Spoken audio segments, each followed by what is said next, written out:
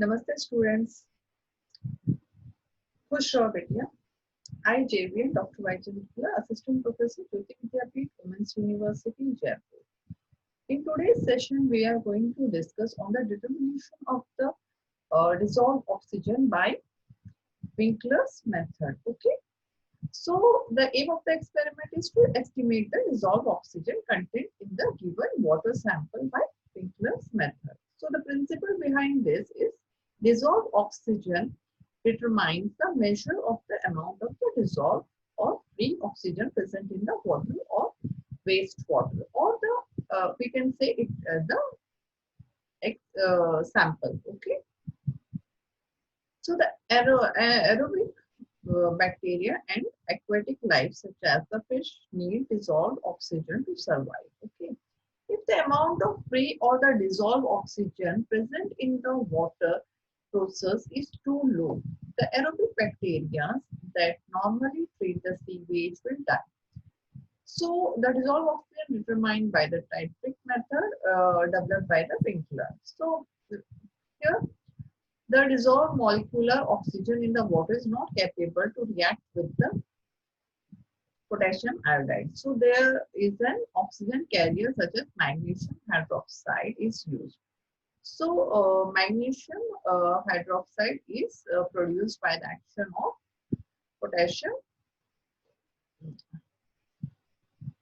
uh,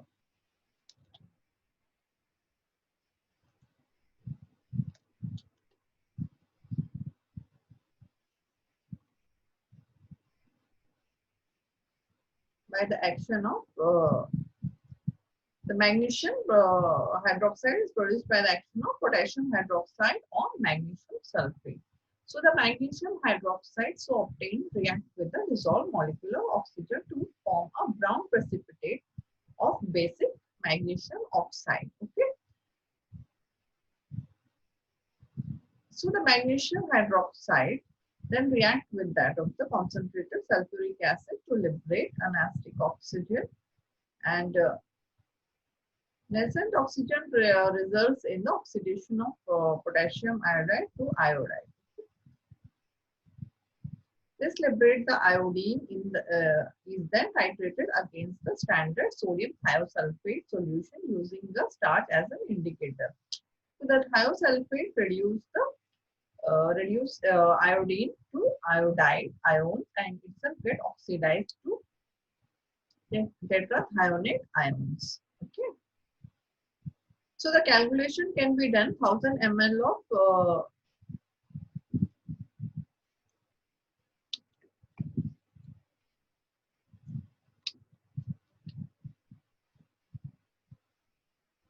sodium thiosulfate.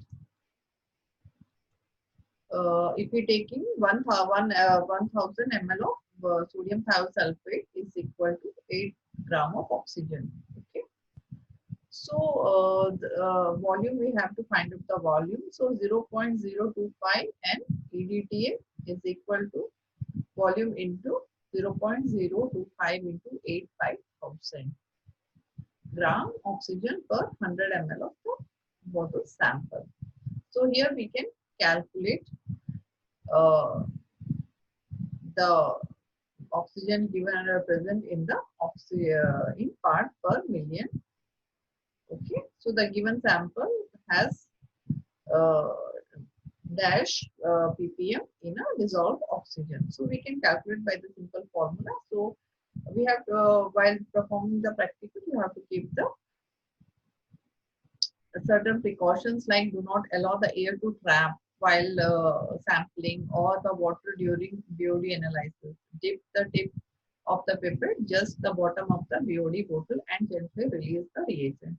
Take care of the chemicals do not flow out the bottle while shaking or shaking. Okay. And observe the color change during the BOD reaction properly. Thank you. This session is powered by Jayoti Vidyapeeth, Women's University, Jaipur. If you have any queries, please write down in the comment box. I will resolve it. Thank you.